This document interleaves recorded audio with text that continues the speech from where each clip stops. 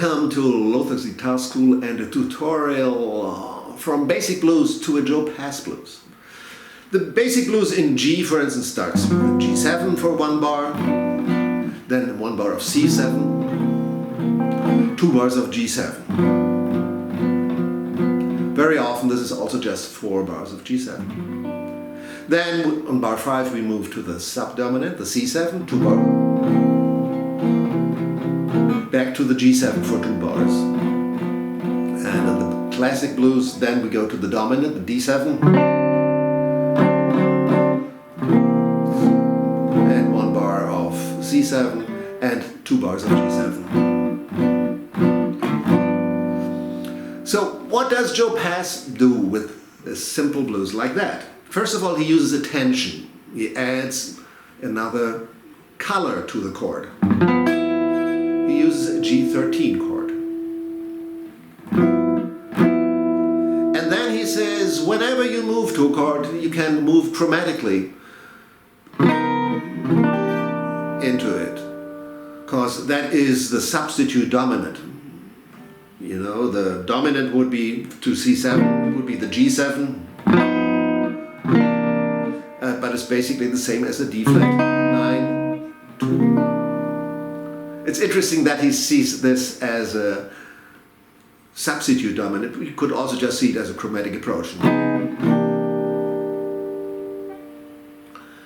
And then he moves to an interesting chord, the F sharp 7 flat 9 13. And he says it fits because it has a G on top. Yes, and it's a 7-7 chord moving to the tonic. And he plays it differently than I do, because he uses his fingers and he plays it as a bar chord using thumb, index, middle, ring and pinky to play it. When I strum it, I can't do that, because then the A string would play with it. So I have to mute it like this and play it with my thumb. So different approach to the playing of that chord. So the first 2 bars are then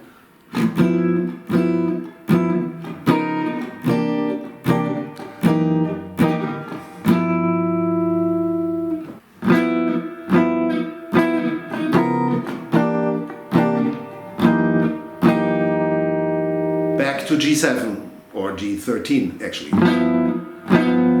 And he says whenever you have a chord, you can always go to its dominant. And he goes to the D7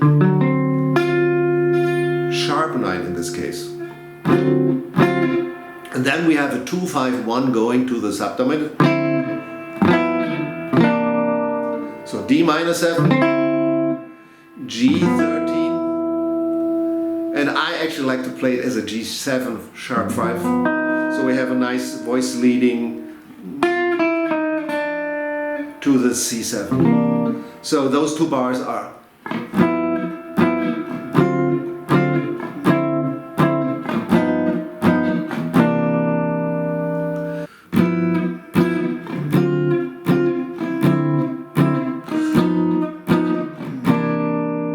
now we're at the subdominant. We play a C9 chord. Again, that chromatic approach goes to a similar chord that we had before, a G diminished 7th chord. So it's the same as we had with the F sharp at the bottom, and instead of 13 it would be the 5th, so it's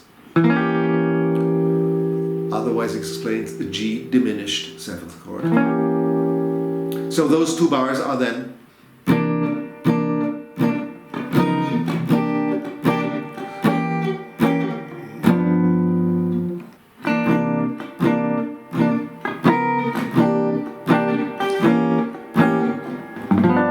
going to the G7. The voice leading is different here. We have always the same pedal point on top. So we always have a D7, a D on top. So he plays G7,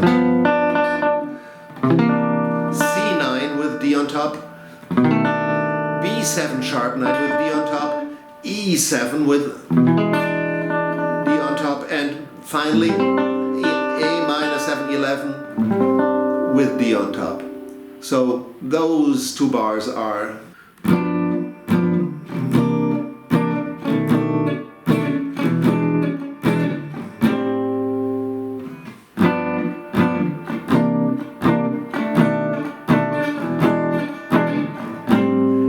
we have a one bar of A minor 7/11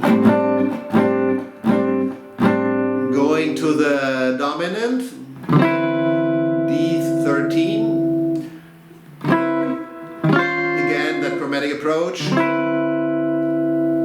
so it's those two bars on.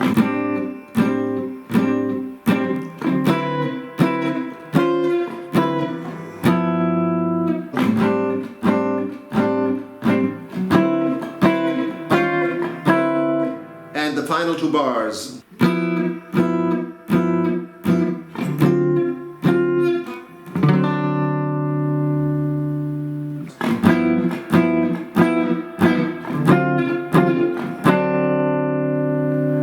And those two bars can be played in a lot of different ways. You can play the turnaround like this. E7, E7, A7, G7.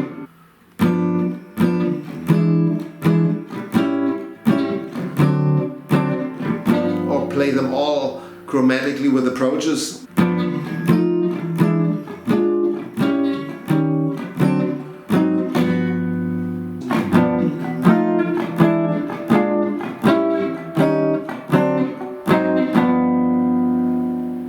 Or you can play it a little more jazzy. Instead of the G7, you play the upper structure, the B minor 7, and play.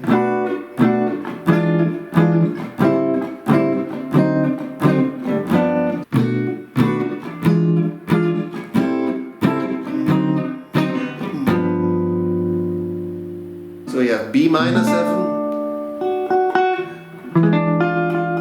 E7 flat 9, A minor 7, E7 flat 9. So I've got a nice little chromatic line.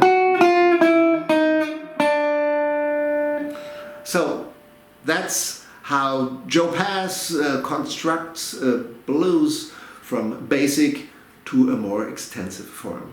So here we go again.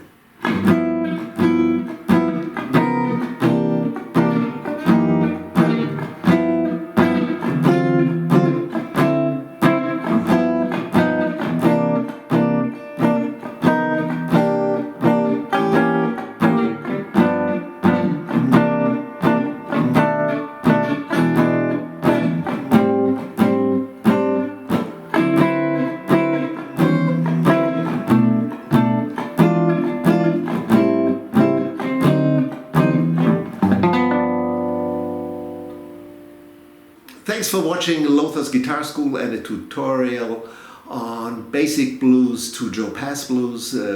Don't forget to subscribe and hit the bell button. Hope to see you soon again. Take care and bye-bye.